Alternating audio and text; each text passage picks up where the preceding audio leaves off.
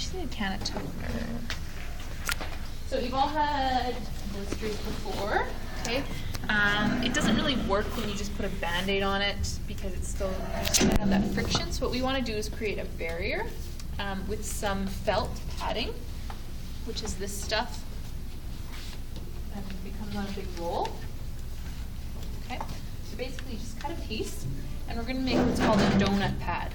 Okay, so just a piece, you got a square, you cut a hole in the middle, that matches up to the size of your blister. Now Eugen has two, we're just going to do this one.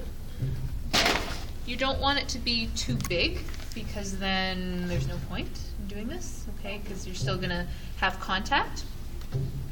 But you don't want it too small because then you're going to have contact with the felt and it's not going to be effective, okay? So we're going to cut a little donut. Okay, so just a hole in the middle. Then I'm going to just round off the edges, so it's like arts and crafts.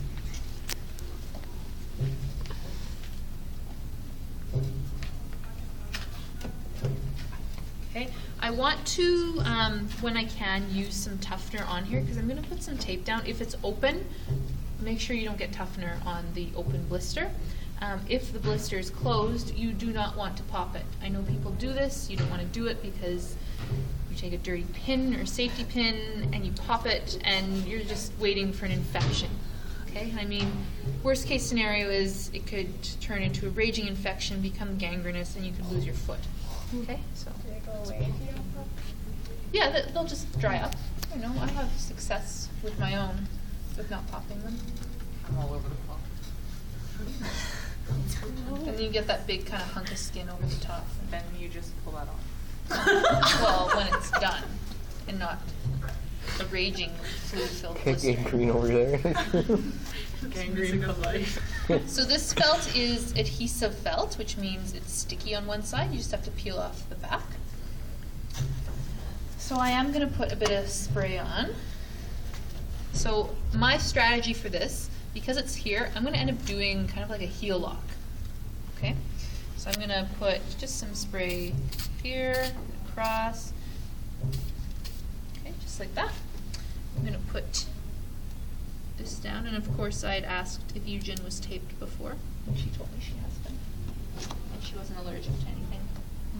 Then in the notes it says to put down some skin lube over top. That's just going to keep it moist. Do you do this ever?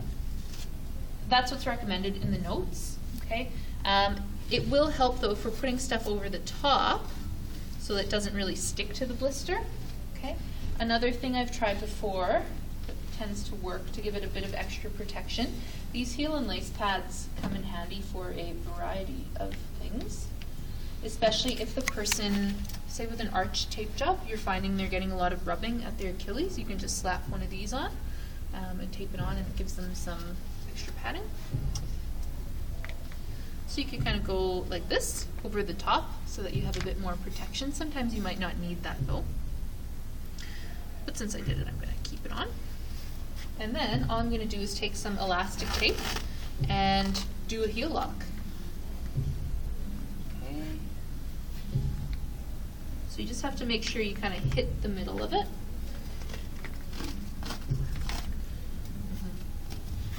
My tape is not very good. There.